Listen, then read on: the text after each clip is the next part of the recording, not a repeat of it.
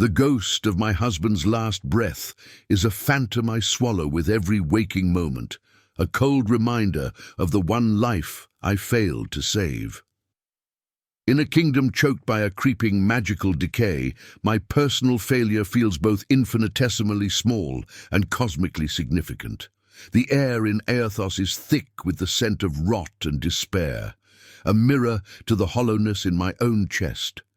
Here, in the forgotten alleys of the human quarter, survival is a currency paid in invisibility, and I have become a master of being unseen, unheard.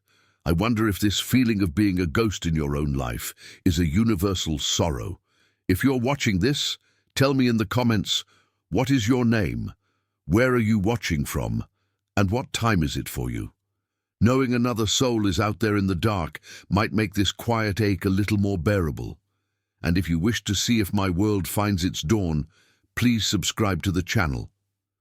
My days are a meticulous ritual of avoidance, a careful dance through the grimy streets to secure a stale loaf of bread or a withered root vegetable.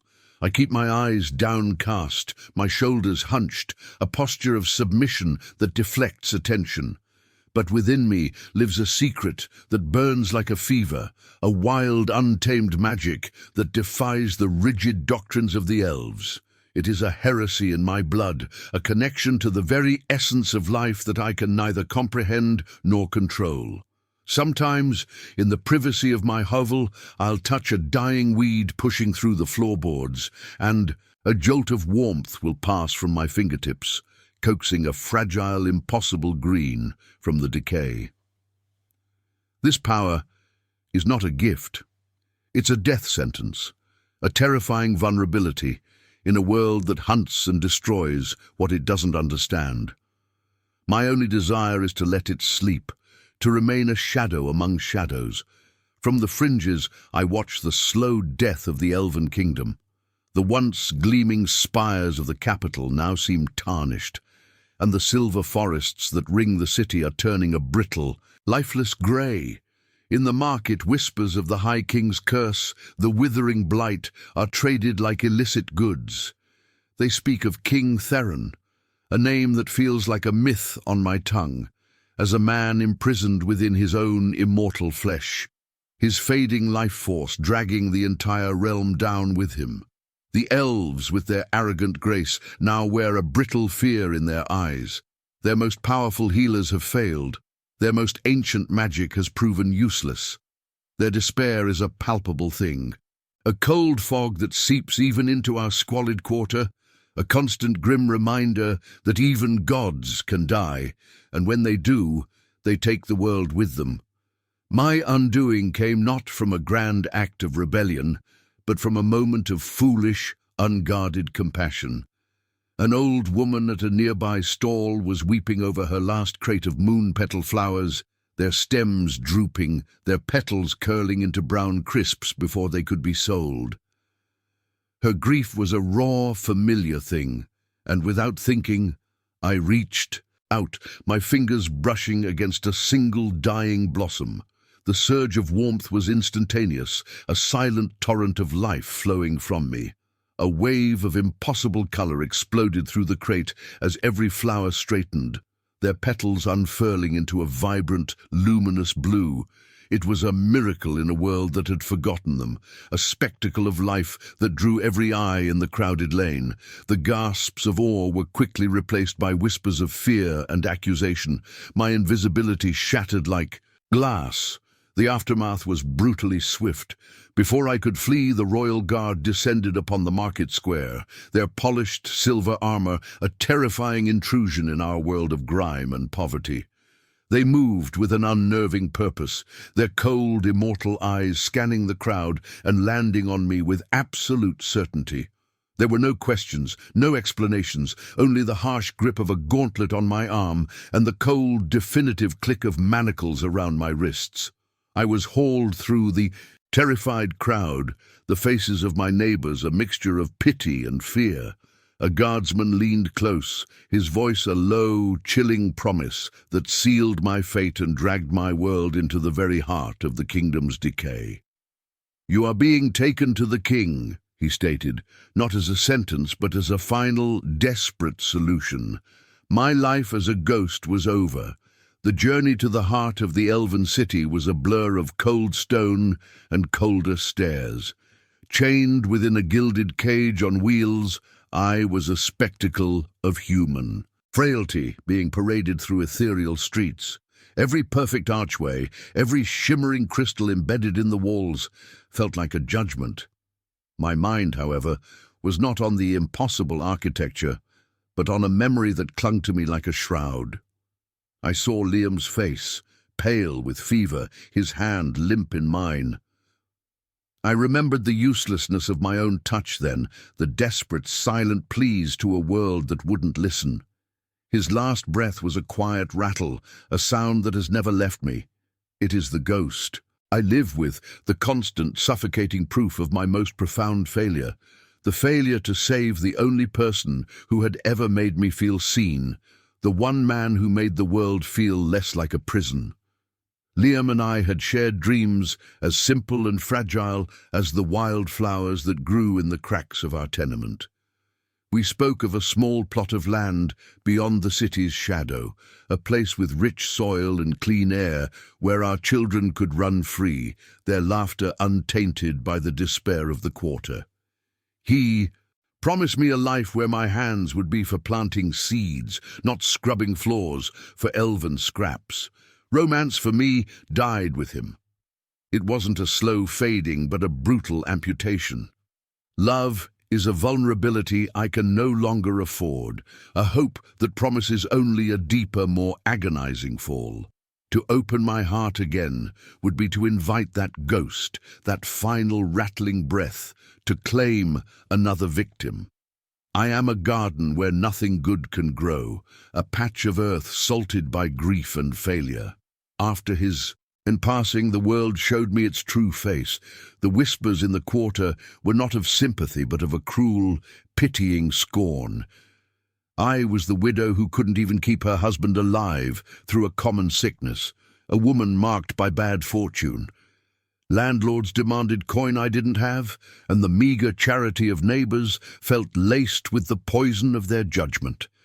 I learned to make myself smaller, to fold into the shadows and become invisible, because to be seen was to be judged, to be reminded of the debt of failure I could never repay. This is why I stifled my magic, pushed it down into the deepest parts of me. It was another unpredictable variable, another potential catastrophe in a life that was already balanced on the edge of a knife. My power was not a gift, it was just another way for me to fail. The cart rattled over a bridge of pure white marble, and the air itself seemed to change. The scent of rot and poverty was replaced by the clean, sterile fragrance of moon-petal incense and ancient magic. We had left the human world behind and entered the sanctum of the elves. Here everything was perfect, symmetrical, and eternal. The elves we passed moved with a liquid grace, their faces carved from indifferent beauty. Their long, elegant glances slid over me, not with hatred but with a detached curiosity, the way one might look at an interesting insect before crushing it. I felt my own grime, my torn clothes and the dirt under my fingernails as a profound stain, a human heresy, defiling their pristine reality. I was a broken thing in a world that had no tolerance for imperfection. My arrival at the royal palace was not an entrance, but an infestation. The guards hauled me from the cart and dragged me up 1,000 polished steps, my rough-spun tunic a smear of dirt against the gleaming floors. Courtiers draped in silks and jewels paused their melodic conversations to stare, their expressions a mixture of contempt and disbelief. The silence that fell in my wake was heavier than any shout, a crushing weight of societal condemnation. I was a creature of the alleyways, a symbol of the decay they so desperately tried to keep outside their walls, now being dragged into their very heart. I tried to find my invisibility, to shrink into nothing, but under the impossibly high, vaulted ceilings of their palace, there were no shadows large enough to hide in. My humanity felt like a disease, and I was the carrier. I was thrown into a small, silent antechamber, the heavy door booming shut with a terrifying finality. The room was more luxurious than any place I had ever dreamed of. A plush, velvet settee sat before a cold hearth of carved marble, and tapestries depicting ancient victorious battles covered the walls. The air was still and thick with the scent of old power and fading magic. It was a beautiful prison, a gilded cage designed to remind me of my own worthlessness. A cold dread, sharper and more potent than any fear I had felt before, began to seep into my bones.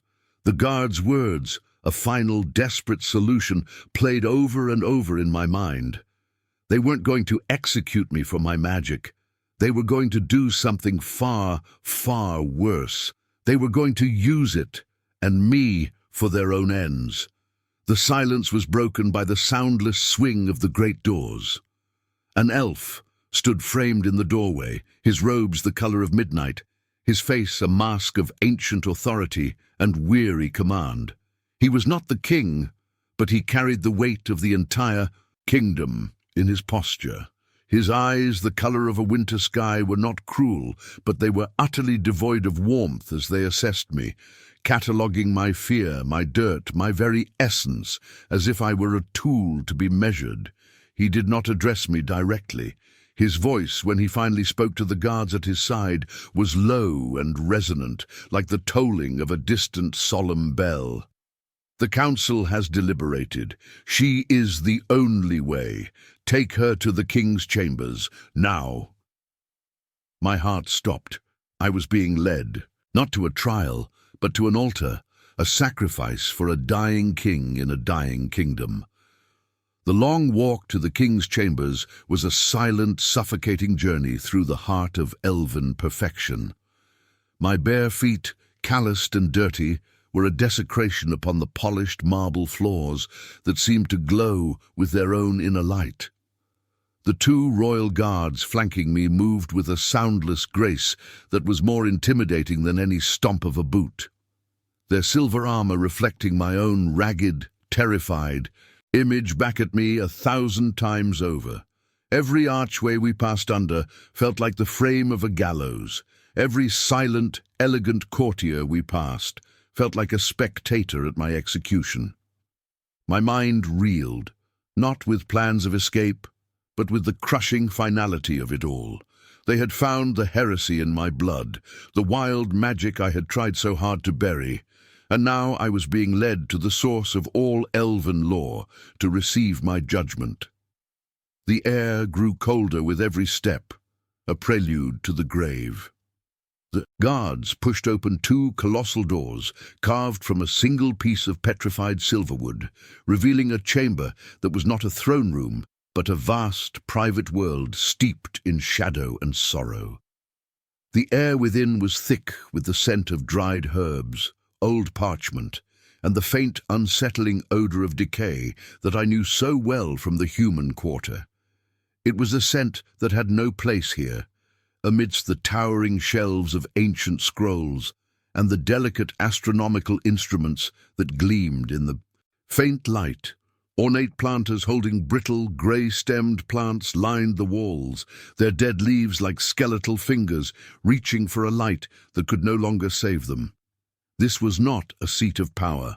It was a mausoleum, a testament to a magnificent life being hollowed out from the inside, and the Blight's victory was on full display. He stood with his back to me, a tall, solitary figure, before a vast, crystalline window that overlooked the greying capital. Even from behind, his presence was overwhelming, a magnetic pull of ancient authority and immense power. His silver hair, long and unbound, cascaded down his back like a waterfall of moonlight, but it lacked the vibrant sheen I had seen on other elves. When he finally turned, the full weight of his being settled upon me. His face was a masterpiece of classic elven features, high cheekbones, a strong jaw, an ageless beauty, but it was a beauty marred by a profound, soul-deep weariness. There was a brittleness in his posture, a subtle tremor in his hand as he rested it against the window, betraying the iron control he sought to project. He was a god in ruin, a collapsing star still burning with terrifying light. His eyes, the color of a winter storm, locked onto mine, and in their depths I saw not just the king, but the prisoner. I saw centuries of unwavering command now warring with the raw, humbling terror of his own mortality. I could feel the immense pressure crushing him, a council of ambitious nobles whispering of succession, a priesthood condemning his failure as a sign of divine disfavor, and the silent, accusing gaze of every elf in his dying kingdom. He was utterly alone, isolated by a crown that was now a leaden weight and a curse that no other being could comprehend.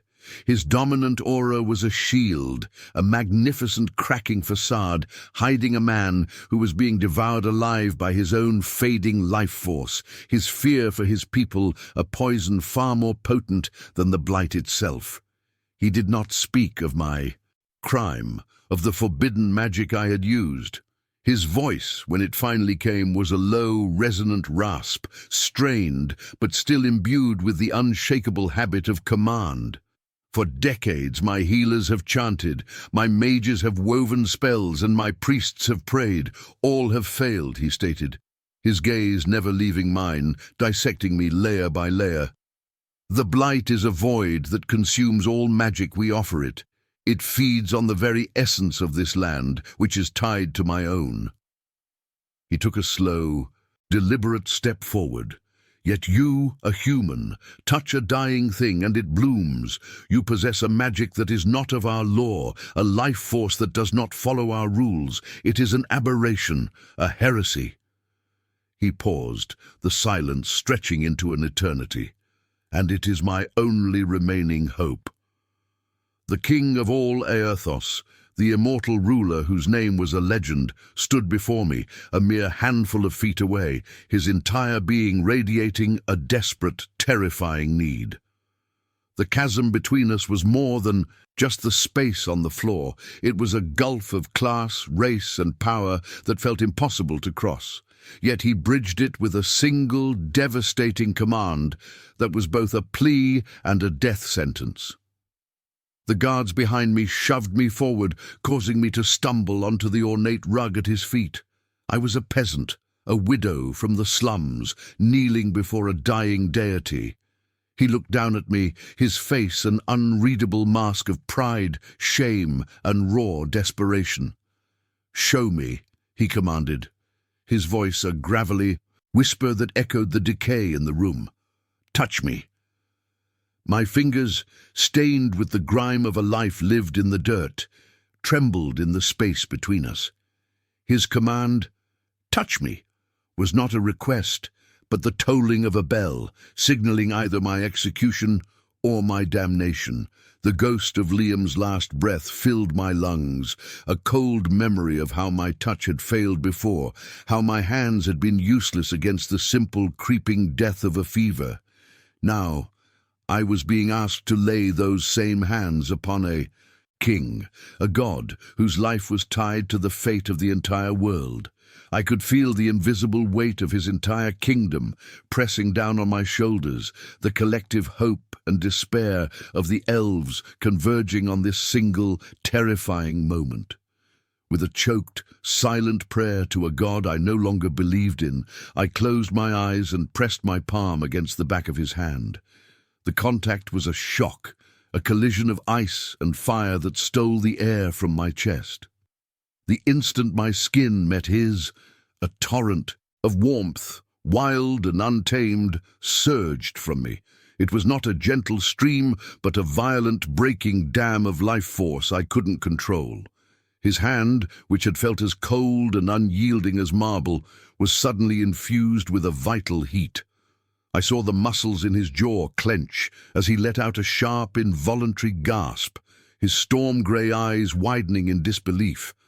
A faint, living colour bloomed across his high cheekbones, chasing away the ashen pallor of the blight.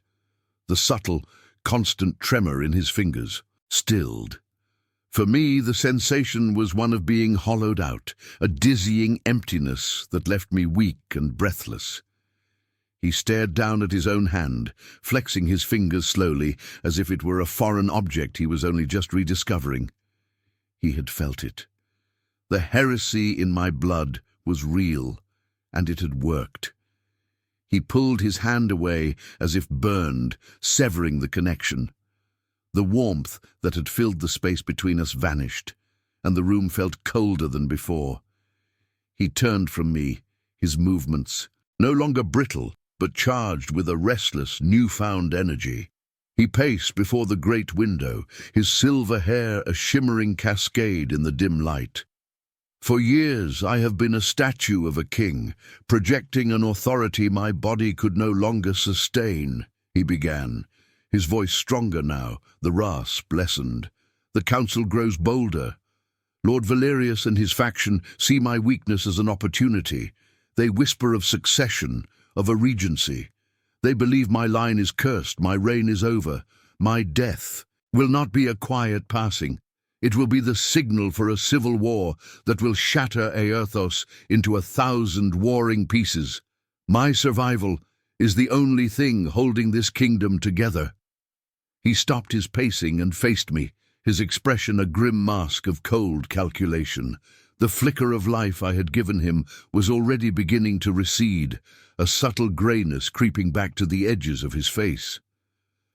"What you just did, it is not a cure," he stated, his voice devoid of any gratitude, only a stark, analytical finality. "I can feel it fading. It is a reprieve, a transfusion of life that my body consumes like a starving fire consumes kindling." He took a step closer, his shadow falling over me, his presence once again immense and suffocating. "My advisors, in their desperation, have concluded the obvious. To halt the blight, to restore my strength and secure the throne, I require more than a single touch. I require constant, sustained proximity to the source of this aberration. I require you." His words were not a confession. They were the cold, hard facts of a terrifying diagnosis. The chasm between us, of status, of power, of life itself, felt infinite.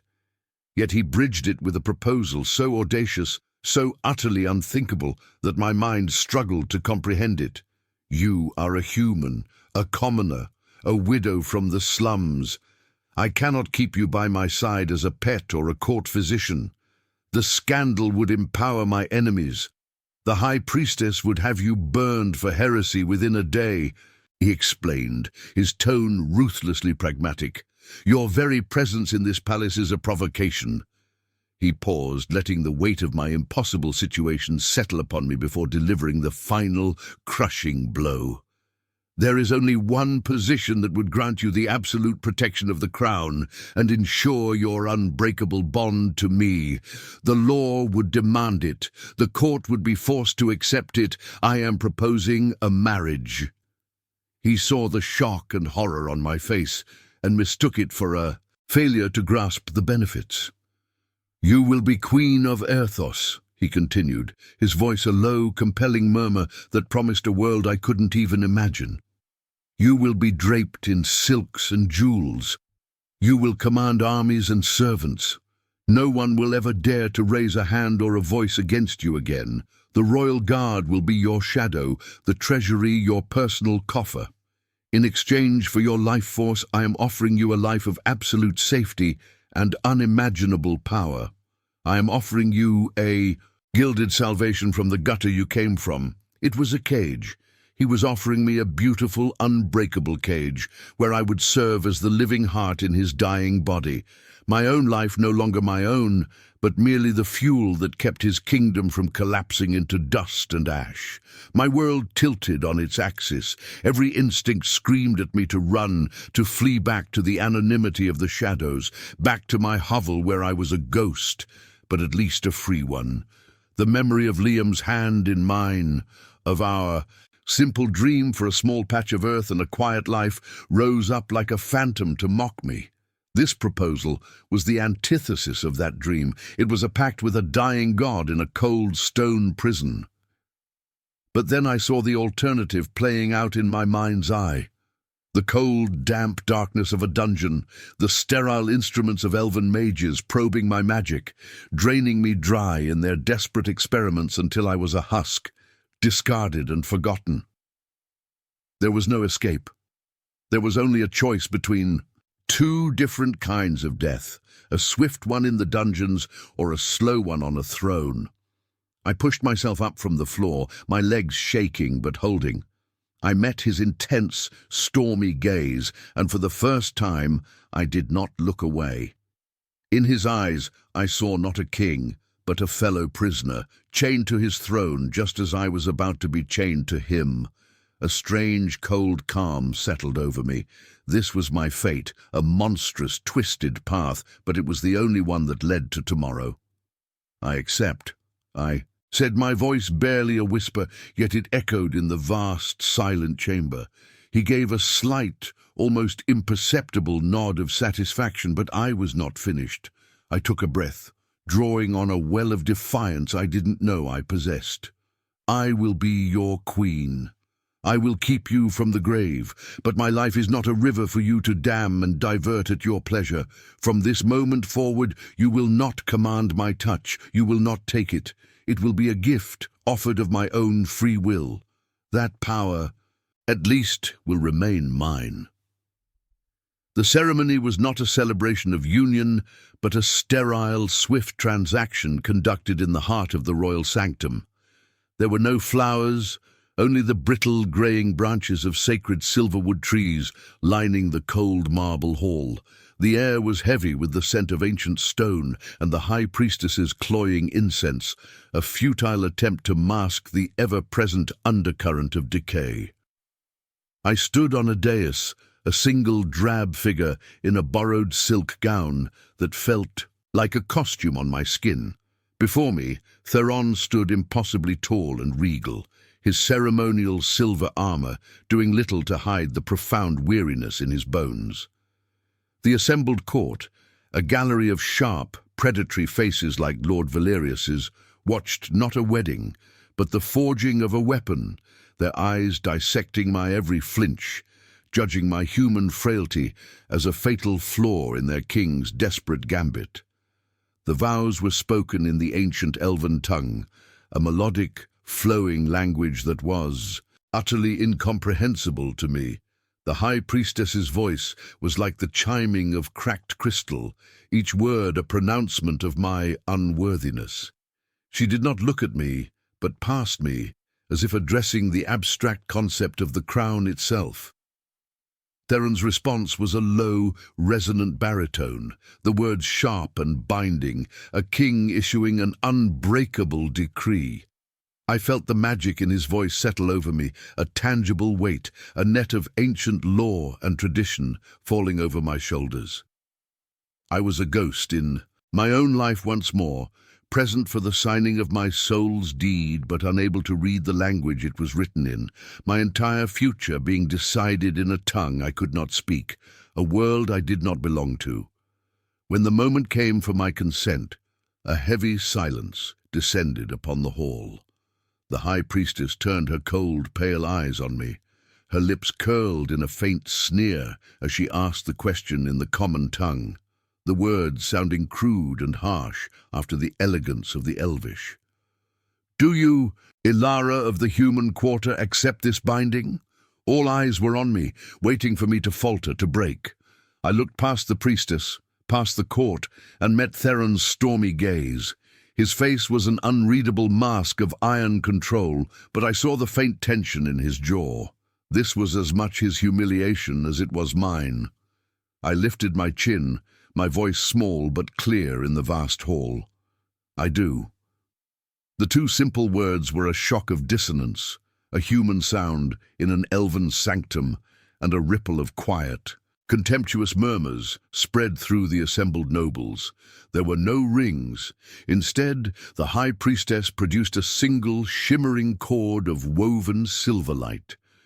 She took my right hand, her touch cold and brief, as if she were handling something unclean, and then Theron's left. She wrapped the cord around our joined wrists, chanting a final, binding incantation. The moment the cord tightened, it blazed with a soft white light, and a jolt of warmth shot up my arm. It was not the violent surge from our first contact, but a steady, insistent hum of energy flowing from me into him. I could feel the faint, persistent tremor in his hand, still completely. His skin, once as cool as the marble around us, was now radiating a living heat that seeped into my own. The proof of our monstrous pact was glowing for all to see, a living manacle binding a parasite to its host. I kept my eyes fixed on our bound hands, but I could feel his gaze on me, intense and analytical. He was feeling it, the steady infusion of life, pushing back the creeping cold that had been his constant companion for decades. I could sense the war within him, the profound, undeniable relief of a drowning man taking a breath, warring with the supreme humiliation of his dependency. He, the High King of Aerthos, whose power was absolute, was now tethered to a human commoner, his very life sustained by her vitality. His fingers tightened around mine, an involuntary, possessive gesture that was not one of affection, but of a man clutching his last and only dose of medicine. He was anchoring himself to me, the source, and in that grip I felt the true nature of my gilded cage snap shut. The High Priestess stepped back, her face a mask of profound distaste as she made the final proclamation, her voice echoing in the silent hall. The bond is sealed. By the ancient laws of Aerthos, they are one. The words hung in the air, met not with celebration, but with a chilling, calculating silence. Lord Valerius's eyes narrowed, a flicker of something unreadable in their depths, not just anger, but a dawning, predatory understanding. He was no longer looking at a simple human woman, he was looking at the new center of power in the kingdom, a lever he could use to move the throne itself. I was no longer Ilara. I was the king's life source, the queen of Aerthos, and in that moment, I had never felt more like a hunted animal, surrounded by a pack of patient silver-eyed wolves waiting for the first sign of weakness. The ritual required one final act to seal the magical and legal bond, a public kiss. The entire court held its breath. This was the ultimate test of their performance. Theron turned to me, his movements precise and controlled, his face betraying nothing. He was a king playing a part, and he played it to perfection. He cupped my jaw, his thumb brushing against my cheek in a gesture that looked like tenderness, but felt like an assessment. He leaned in, his silver hair brushing against my temple. The scent of him, old parchment, winter air, and something uniquely his own, filling my senses. It was meant to be a chaste, symbolic press of lips, a formality for the prying eyes of the court. But the moment our lips met, the carefully constructed dam between us shattered into a million pieces. The controlled, steady hum of energy transfer erupted into a violent, uncontrolled torrent. It was a maelstrom of life force, roaring out of me and into him with a dizzying, hollowing rush that made my knees weak. I gripped his arms to keep from falling, my knuckles white, but through that vortex I felt something return from him, not magic, but a raw, unfiltered surge of emotion. I felt the crushing weight of his crown, the bone-deep loneliness of his long life, the gnawing, terrifying cold of the blight, and a desperate primal hunger for the life I was pouring into him. It was a shocking, brutal intimacy, a glimpse into the abyss of his soul. It was not a kiss, it was a desperate, silent confession of his absolute and terrifying need for me. For Theron, the contact was a revelation and a complete loss of control.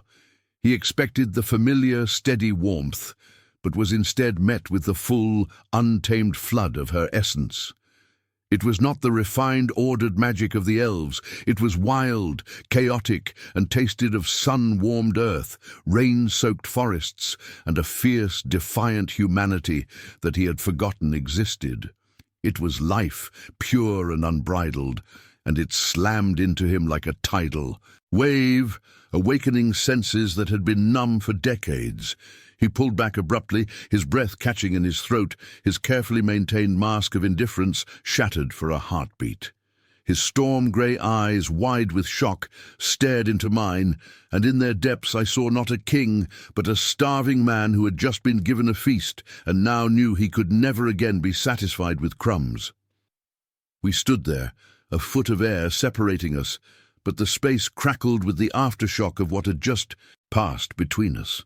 The court saw only a brief formal kiss, and a king who seemed momentarily taken aback, perhaps by the audacity of the ceremony itself. But I saw the truth in the tempest that now raged behind his eyes.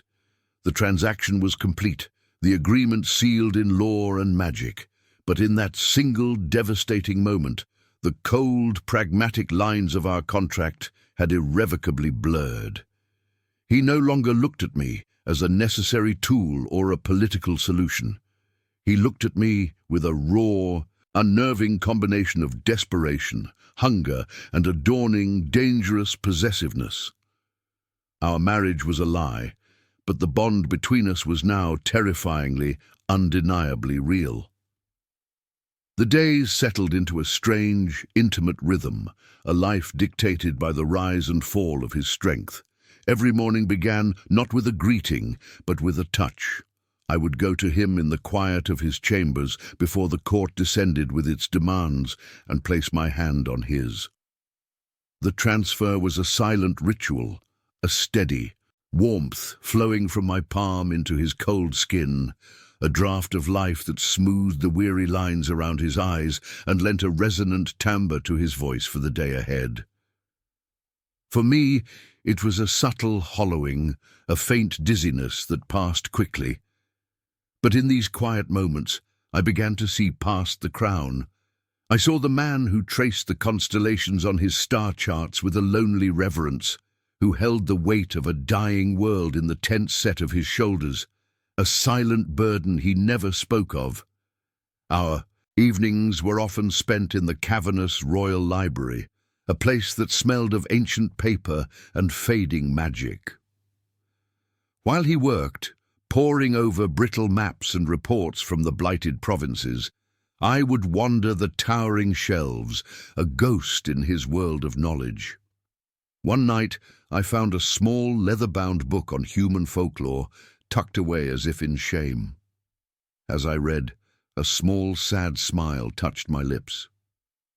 "Frivolous tales," Theron commented without looking up, his voice dismissive.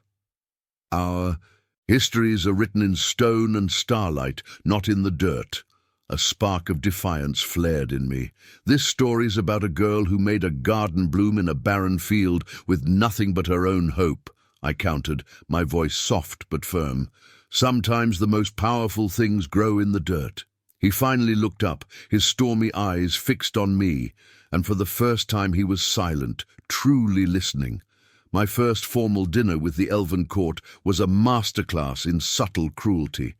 I was seated beside Theron, a living symbol of his desperation, and the nobles, led by the sharp-eyed Lord Valerius, treated me like a curious specimen. They asked about human cuisine with feigned interest that implied it was barbaric, complimented my simple silk gown in a tone that suggested it was rags, and spoke in complex Elvish, laughing at jests I couldn't understand.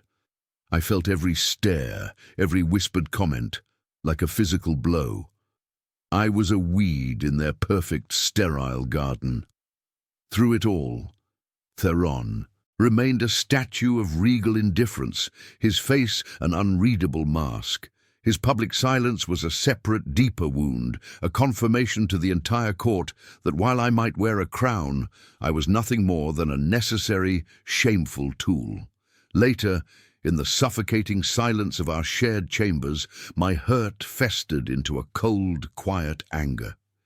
He stood by the window, his back to me, the rigid line of his spine a fortress of pride. "A king does not engage in the petty games of his court," he said. Finally, his voice low and strained. To have defended you against their trivial barbs would have been to admit they have power over me, over you. It was a test, and showing no reaction was the only way to win. His explanation was all cold, hard strategy, devoid of any comfort. But then he turned, and in the dim light I saw the fury simmering in his eyes, an anger, not at me, but for me. He walked to a vase holding a single, near-petrified moon-petal blossom, touched it, and it bloomed into a soft, silver luminescence. He offered it to me, a silent, clumsy apology from a man who only knew the language of power, not of solace. My days were filled with lessons on how to be a queen, a role that felt as ill-fitting as my borrowed jewels. The captain of the royal guard, a young elf named Lyron with kind eyes and a patient smile, was tasked with teaching me archery. In the blighted gardens, he gently corrected my stance, his hand briefly covering mine on the bowstring.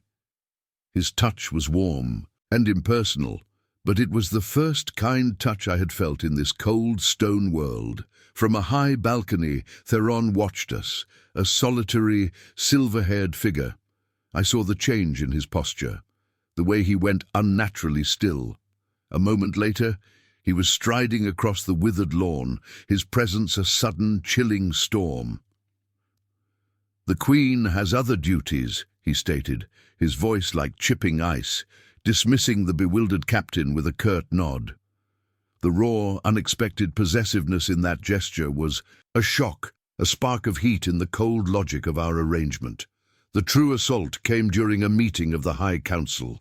The air in the chamber was thick with tension as reports detailed failing harvests and the blight's inexorable spread. Lord Valerius rose, his voice a silken weapon. He spoke of imbalances, of unnatural solutions causing unforeseen consequences, his eyes fixed on me. "We have tethered our king's life and the very stability of Erthos to a font of wild human magic we do not understand," he declared, his words echoing in the stunned silence. "This so-called cure may be a poison in disguise. How can we trust the judgment of a king so wholly dependent on a commoner from the slums?" He didn't just question my presence, he weaponized it, painting me as a disease, a human parasite corrupting their throne from within. The humiliation was absolute, a public stripping of my worth before the most powerful beings in the kingdom. I braced for Theron's strategic silence, for the cold political calculation that would leave me exposed. Instead, he rose slowly from his throne, his movement drawing every eye. When he spoke, his voice was not loud, but it possessed a resonant power that silenced every whisper. "Lord Valerius is correct," he began, and I felt my heart plummet. "We do not fully understand the Queen's magic." He paused, his gaze sweeping across the council.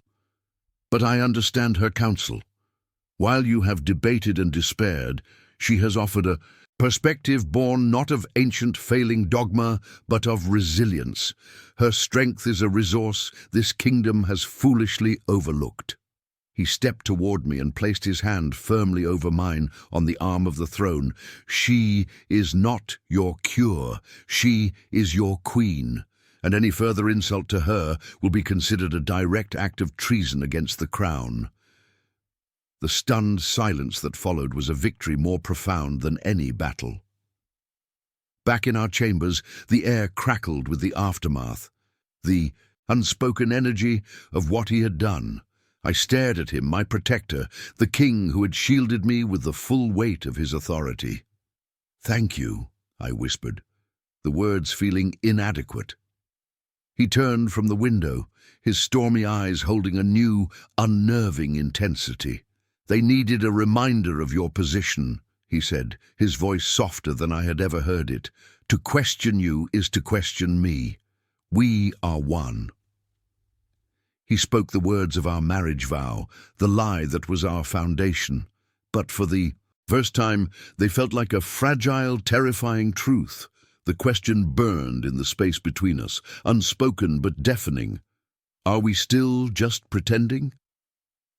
The line had blurred, and the ground beneath my feet felt treacherous and new.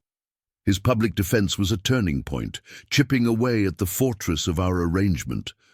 The nightly ritual of healing was no longer a cold transaction. He would reach for my hand, his fingers lacing through mine, his touch lingering long after the warmth had settled in his veins. One evening I found him slumped in his chair in the library, a heavy tome fallen from his grasp. The sheer exhaustion of his endless fight etched on his sleeping face. A wave of unexpected tenderness washed over me, a fierce, protective instinct for this lonely, broken king. I knelt beside him and gently took his hand, not to give him life, but simply to offer a moment of shared quiet. His eyes fluttered open, and in the dim light he simply watched me, the king and the commoner stripped away, leaving only two damaged souls finding a strange, fragile solace in the dark. He began to let me in, not into his council, but into his past. Standing in the abandoned observatory at the palace's highest point, he spoke of his father, who believed one could find the answers to the blight in the movement of the stars. He spoke of the crushing loneliness of watching friends, family, and entire generations turn to dust while he remained. In return, I found myself speaking of Liam. I told him not of my failure to save him, but of the way he laughed, of his dream of a small farm where the sun was warm and the soil was rich. We were not king and queen. We were two people defined by loss, sharing the ghosts that haunted us. This quiet, emotional intimacy was 1,000 times more dangerous than our forced physical bond, a fragile thread weaving itself around our hearts. Our fragile truce, however, did not go unnoticed by the vipers in his court. Lord Valerius, having failed in his direct attack, adopted a more insidious strategy. He no longer spoke of my unworthiness, but of the kingdom's future. The king was stronger, yes, but the blight remained a patient predator, waiting. The whispers started in the corridors and feast halls, a growing murmur that Erthos needed more than a temporary solution. It needed a symbol of permanence, of a new era. It needed an heir.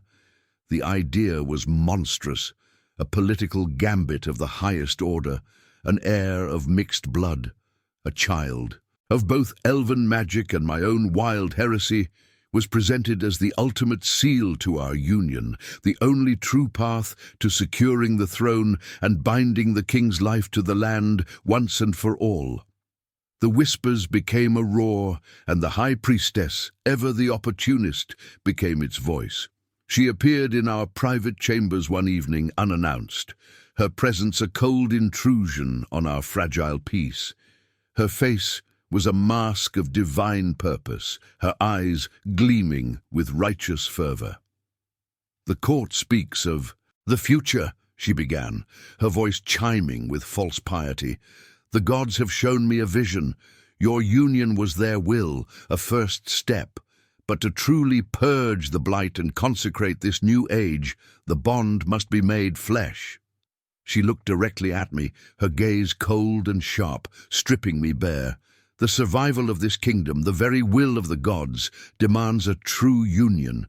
It demands a child to secure the line of Theron. The council has decreed it. You will provide this kingdom with an heir."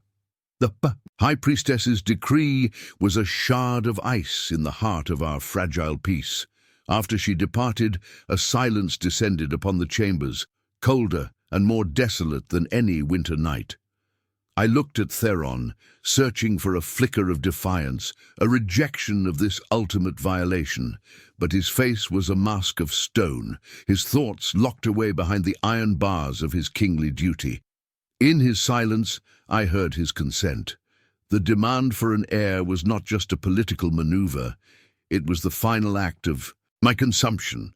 They had taken my freedom, tethered my life force to his, and now they intended to claim my body, reducing me to a vessel for their salvation. The tentative trust I had begun to build, the delicate intimacy we had shared in quiet moments, shattered into a million irreparable pieces. I retreated into myself, the warmth I offered him now feeling like a tax, a tribute demanded from a conquered land. He withdrew into the cold, solitary fortress of his kingship, the distance between us becoming a vast, uncrossable chasm. Our mornings were no longer quiet rituals, but tense, silent transactions. He would take my hand with a formal, almost clinical touch, drawing the life he needed before retreating behind a wall of state papers and council meetings. I knew he was trapped, caught between the insatiable demands of his court and the silent, wounded accusation in my eyes. To refuse the council's decree would be to declare his human queen more important than his kingdom's future, giving Lord Valerius the very weapon he needed to incite rebellion. Yet to agree was to become the tyrant he so clearly despised, to break the one promise of free will he had implicitly made me. His internal war manifested as a chilling indifference, leaving me utterly alone to navigate the hostile whispers and assessing glances of a court that now saw me as nothing more than a broodmare for a king. The suffocating weight of their expectation became my constant companion. Every corridor echoed with the unspoken demand. Every courtier's smile felt like an appraisal of my worthiness to carry a royal heir. The gilded cage had become a breeding pen, and my spirit began to wither within it. One night I found him in the library, the dim light carving deep shadows into his weary face. The silence was a living thing between us, thick with unspoken words and festering pain. I could bear it no longer. "Was this always the final part of our bargain?" I asked, my voice a low, trembling thing that held no anger, only a profound and bottomless sorrow. "To use my magic to keep you alive, just long enough for you to use my body to create your heir. Tell me, Theron, is there any piece of me left that is not simply a resource for your crown to consume?" His carefully constructed composure finally fractured.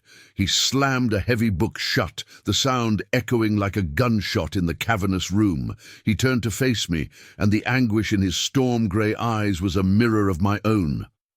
"No," he breathed, the word torn from him. That was never the plan. He strode to the window, his back to me, his voice raw with a despair that chilled me to the bone. "The blight is learning. It adapts. The life I draw from you, the effect diminishes with each passing day. My healers have given me a timeline, Ilara. Without a deeper, more permanent bond, the blight will consume me entirely before the first snows of winter fall." He turned back, his face a mask of desperation. "Their demand for an heir is not about succession. It is a crude, desperate attempt to forge a bond of flesh and magic so profound it might anchor me to life itself. They believe a child would be that anchor." The truth was a far crueler blow than any calculated betrayal could have been. He had been hiding his own death sentence, not a scheme to use me. His coldness, his distance, it was not a rejection of me, but a desperate, clumsy attempt to shield me from the horrifying reality of his impending death and the impossible choice it forced upon us. He had carried this terrifying secret alone, trapped between his pride and his fear. He closed the distance between us, his hands hovering in the air as if he were afraid to touch me, to take anything more from me. "I will not command this of you," he whispered, his voice cracking with the strain of his confession. "I would rather face the coming darkness than force you to become its price. But I am afraid, Ilara, and I find I am more afraid of facing it without you than I am of the end itself." His words, a raw and desperate confession of need that bled into something that felt terrifyingly like love, hung in the air between us. We were no longer king and queen, host and parasite, but two souls standing on the precipice of an impossible choice, the fate of a kingdom resting on the answer. The moment was shattered by the sharp, clarion call of a herald's trumpet echoing from the main courtyard. Footsteps hurried down the corridor, and a moment later, a royal page appeared at the library entrance, his face pale with urgency. "Your Majesties," he stammered, bowing low, "Lord Valerius has convened an emergency session of the High Council in the Great Hall. He has called for a public address to the entire court concerning the future of the crown and the immediate measures required to secure the king's line." We exchanged a look of pure dread. Valerius was forcing the issue, preparing to make the decree public, boxing us into a corner from which there was no escape. We entered the great hall, not as monarchs, but as defendants walking into their own trial. The entire court was assembled, a sea of hostile, silver-eyed judges. Lord Valerius stood before the high throne, his voice echoing with false concern as he painted a grim picture of a kingdom tethered to a human anomaly. He twisted Theron's dependence on me into a national security crisis, portraying me as a foreign contagion that had infected the crown. He did not merely suggest the need for an heir. He demanded it, framing the violation of my body as a patriotic sacrifice the council had a right to enforce. He called for a vote, a public spectacle designed to strip Theron of his authority and me of my humanity, leaving us no room to refuse without being branded as traitors to Aerthos itself. The weight of 1,000 resentful eyes pressed down, threatening to suffocate what little hope we had left. Theron let the suffocating silence hang in the air for a moment before he moved. He did not step toward Valerius or the council, but toward me. He took my hand in his grip firm and steady, a silent anchor in a hostile sea. He turned to face the court, his voice quiet but carrying to every corner of the vast hall. "For decades I have been your king. I have been a symbol, a fortress, a constant. But I have also been a man slowly turning to stone, hollowed out by a curse and a crown I carried alone." He paused, his gaze sweeping over the stunned faces. "You demand a sacrifice to save this kingdom. You are right to do so, but you have chosen the wrong one." He turned his stormy eyes, now blazing with a fierce, unwavering light, to me. "My life, my reign, my kingdom, they are all meaningless without her. I will not let you turn her into a vessel for a future I have no desire to see if she is not a willing part of it. I choose her." His public declaration, a king choosing a human widow over his own survival, was a stone dropped into a silent lake, its ripples shattering every political calculation in the room. In that moment, watching him offer his life for my freedom, the last ghost of my past finally dissolved. Liam's memory was no longer a monument to my failure, but a gentle scar that had taught me the value of a love freely given. I stepped forward, my hand still in Theron's, and faced the court. "Your king is right," I said, my voice clear and strong. "My magic is not a resource to be mined. My body is not a field to be ploughed for. The sake of your succession, it is all a part of me, and it is a gift I will give only by choice." I looked at Theron, my heart overflowing. "And I choose him, not his crown or his kingdom. Him." As I spoke the words, a brilliant golden light erupted from our joined hands, a wave of pure, untamed life that washed over the entire hall. The energy that surged between us was unlike anything before. It was not a one-way transference, but a perfect, harmonious fusion. My wild, chaotic life magic intertwined with the ancient dormant power of his royal bloodline, creating something new, something whole. The silver cord of our binding, still worn at our wrists, blazed with an impossible luminescence, not as a manacle, but as a conduit for this new, shared power. The Blight, a creature of shadow and decay, could not exist in the face of such pure, unified life. A collective gasp swept the hall as the very stone around us seemed to breathe. the withered decorative branches in their marble. Pots burst forth with vibrant green leaves and shimmering moon-petal blossoms. In front of everyone, the last vestiges of the curse were burned away from Theron, leaving him not just healed, but reborn in the light of our bond. When the light subsided, a profound silence filled the hall. Lord Valerius stared, his face a mask of disbelief, his power broken not by force, but by a love he could never comprehend. The high priestess, her eyes wide with awe, slowly sank into a deep, reverent bow.